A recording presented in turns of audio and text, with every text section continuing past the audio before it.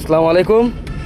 আমাদের মারুফ ভাই আজকে প্রথম না, জীবনে প্রথম এই যে গাড়ি চালাচ্ছে, এই অনুভূতিটা কিন্তু বাস্তবে অন্যরকম যায় যে ভাবি নিক যে প্রথম চালায় গাড়ি হারতে মনে হয় যে একটু অন্যরকম অনুভূতি হয় না।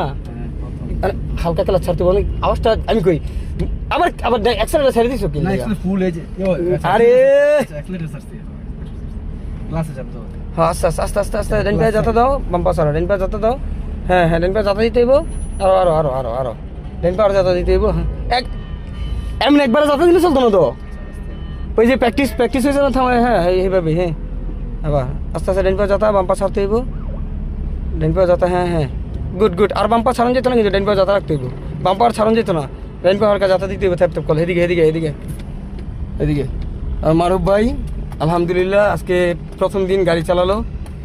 আসলে প্রথম দিন যে গাড়ি চালায় এটার অনুভূতিটা অন্যরকম থাকে, যখন আমার হয়েছিল এটা অনেক বছর আগে।